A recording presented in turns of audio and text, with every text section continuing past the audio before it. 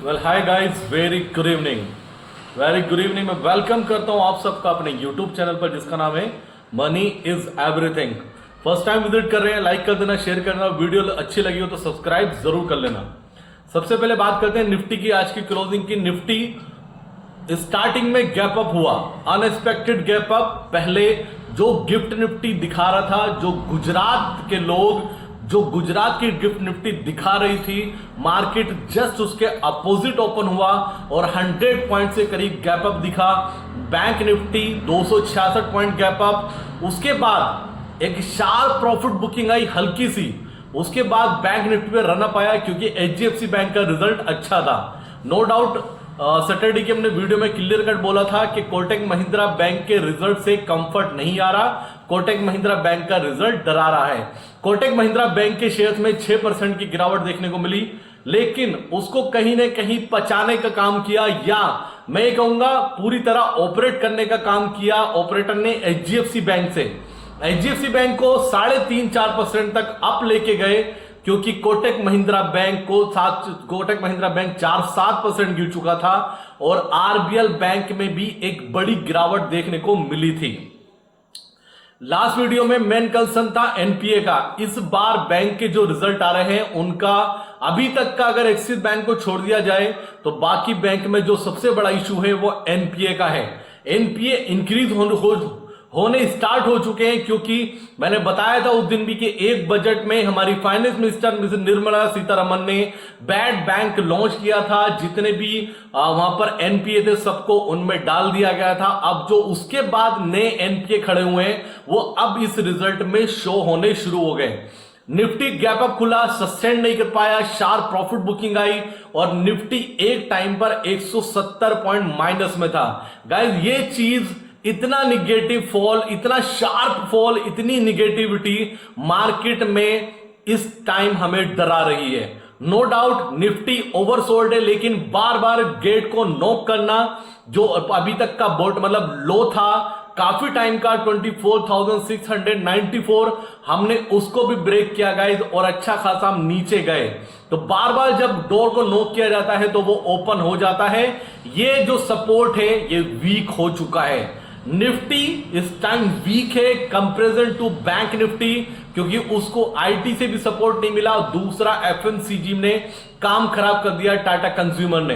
तो कहीं से आज सपोर्ट नहीं था निफ्टी के सामने। निफ्टी में एक तेज शार्प फॉल देखने को मिला और सरप्राइजली जब मार्केट क्लोज होने वाला हो था, मुश्किल से 10 से 15 मिनट पहले निफ्टी 50 से 60 पॉइंट शार्प फॉल आया। ये जो अभी सेटलमेंट आपको दिखाई दे रहा है ना, 24,781 निफ्टी का करंट मार्केट प्राइस, वो इसलिए दिखाई दे रहा है क्योंकि 40 पॉइंट सेटलमेंट में ये ऊपर आया है। इसका एग्जैक्ट प्राइस था 24,750 के आसपास, तो 40 पॉइंट का सेटलमेंट ऊपर आया है। वरना जिस तरह से लास्ट में सेल ऑफ आ रहा था, ऐसा लग रहा था कि मार्केट डे लो भी ब्रेक कर सकता था अगर उसके पास टाइम होता। निफ्टी वीक है गाइज, और इस बार मुझे ऐसा लग रहा है कि ये कहीं ना कहीं बड़ी गिरावट आने का संदेश, एक तरह से क्या हिंट मिल रहा है कि बार बार 25,000 के ऊपर जाना, उसको सस्टेन नहीं करना, 25,150 के ऊपर जाना, उसको सस्टेन नहीं करना, ये प्रॉब्लम क्रिएट कर रहा है। ये बायर्स का कॉन्फिडेंस लूज कर रहा है, ये इन्वेस्टर का कॉन्फिडेंस अब लूज कर रहा है। अब मार्केट में इस सिचुएशन में पैनिक सेलिंग आपको किसी भी दिन देखने को मिल सकती है। मार्केट वीक है गाइस, मार्केट में स्ट्रेंथ नहीं आ रही। क्या रीजन हो सकता है? कहीं जो हमने बहुत पहले डिस्कशन किया आपके साथ में, कहीं वो तो नहीं होने वाला है। हमने बार बार कहा कि बैंक के डिपॉजिट कहीं ना कहीं कम हो रहा है। अगर डिपॉजिट कम होंगे तो बैंकिंग सिस्टम में प्रॉब्लम आएगी। अगर बैंकिंग सिस्टम की ग्रोथ में प्रॉब्लम आएगी तो आरबीआई को प्रॉब्लम आएगी, और आरबीआई को प्रॉब्लम आएगी तो गवर्नमेंट को प्रॉब्लम आएगी। क्योंकि आज के इन्वेस्टर का माइंडसेट या आज के सेविंग अकाउंट, जो सेविंग करता है अपने अकाउंट में बैलेंस, आम आदमी की सोच ये हो चुकी है कि क्यों मैं एफडी में इन्वेस्ट करूं, जब मुझे 20 से 24% म्यूचुअल फंड दे सकता है, तो मैं क्यों एफडी में 7.5% के लिए जाऊं। क्योंकि अभी तक कोविड के बाद से म्यूचुअल फंड ने अच्छे रिटर्न्स दिए हैं। अगर फ्लो देखेंगे तो हर बार एसआईपी का नंबर इंक्रीज होता है।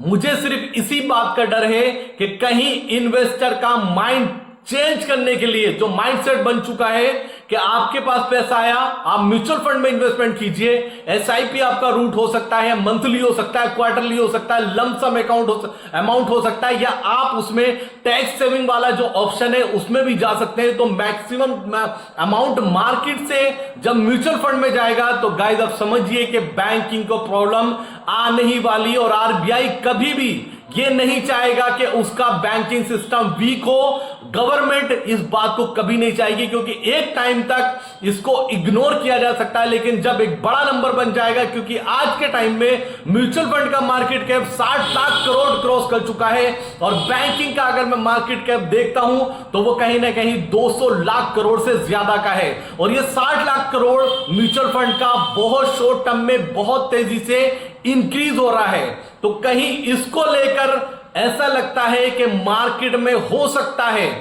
कभी भी गाइस कुछ भी हो सकता है, कुछ बड़ी गिरावट, कुछ अनएक्सपेक्टेड गिरावट किसी भी रीजन से आने का संकेत स्क्रीन दे रही है डेली। क्योंकि जो ऊपर से सेलिंग आती है वो ऐसी आती है कि जैसे कि कोई बैठा हुआ है, वेट कर रहा है कि इस लेवल पाएगा, मुझे सारी पोजीशन एग्जिट कर देनी है। F5 के पास इतना माल भरा हुआ है, इतना माल भरा हुआ है कि वो थकेंगे नहीं। DIS के पास अमाउंट लिमिटेड है, 1.5 लाख करोड़ कैश पड़ा हुआ था, उसमें से ऑलमोस्ट 80 से 85 लाख करोड़ DIS बाय कर चुके हैं। और लास्ट 10 to 15 डेज में अभी तक F5 ने 80 लाख प्लस करोड़ की सेलिंग की है।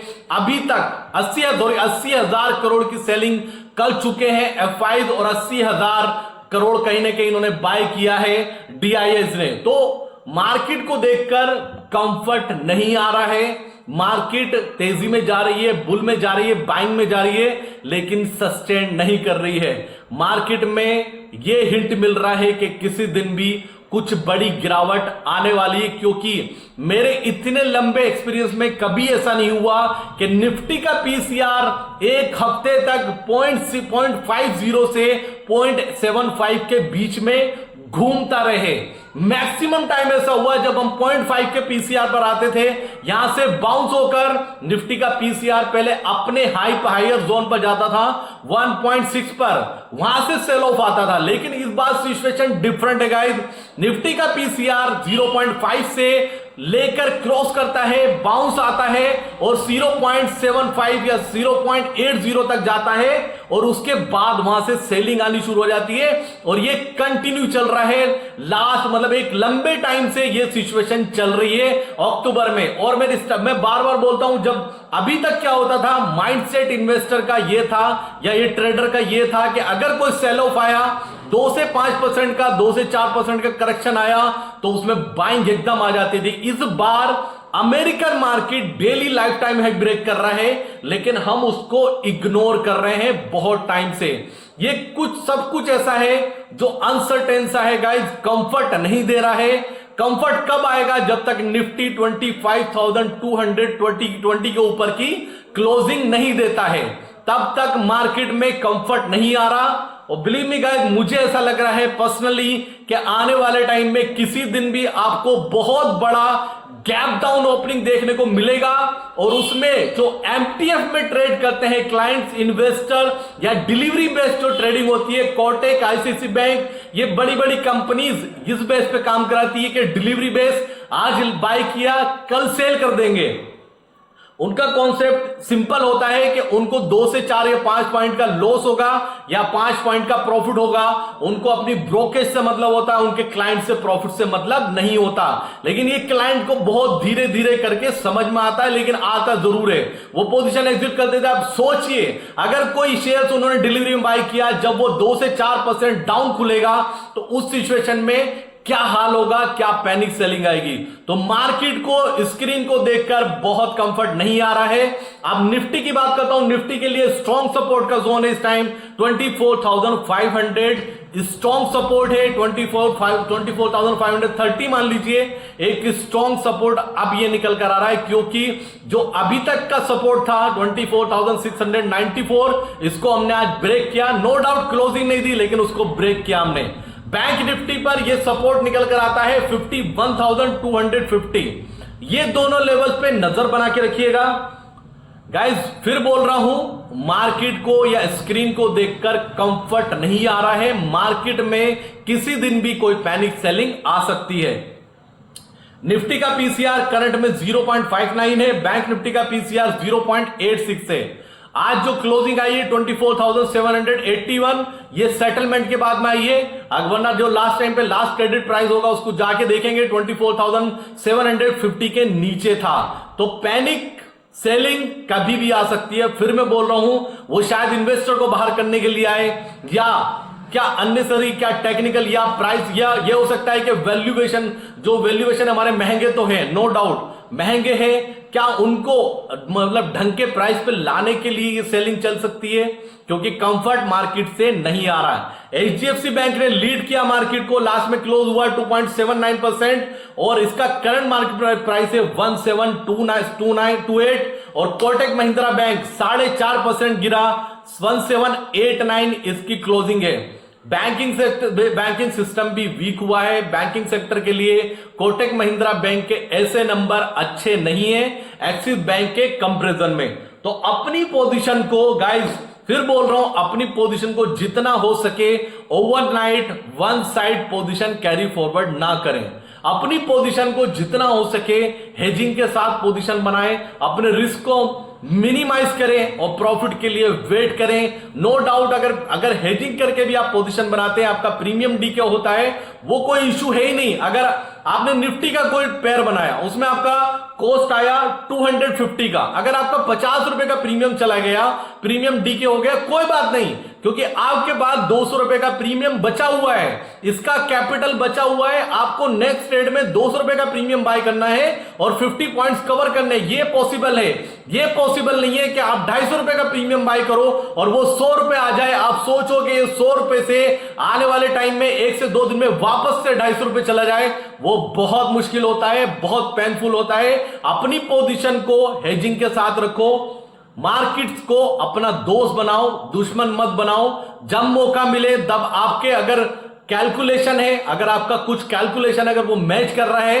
तब पोजीशन बनाओ। अपने लेवल्स का वेट करो, अपने लेवल्स का वेट करो, जब वहां पर आ जाए तब पोजीशन बनाओ, क्योंकि मार्केट के स्क्रीन देखकर वेट करना सबसे डिफिकल्ट होता है। तो ये पूरा अपडेट था मार्केट के लिए। मार्केट से स्ट्रेंथ नजर नहीं आ रही, मार्केट में मार्केट हिंट दे रहा है बड़ी गिरावट के लिए। तो गाइस ये पूरा अपडेट था। उम्मीद करता हूं ये इंफॉर्मेशन आपके काम जरूर आएगी। अगर वीडियो अच्छा लगा हो तो लास्ट में लाइक शेयर सब्सक्राइब कर लेना, और टेलीग्राम अगर ज्वाइन करना चाहते हैं तो उसका लिंक डिस्क्रिप्शन में है। ओवरनाइट कुछ भी चेंज होगा तो मैं आपके साथ शेयर करूंगा।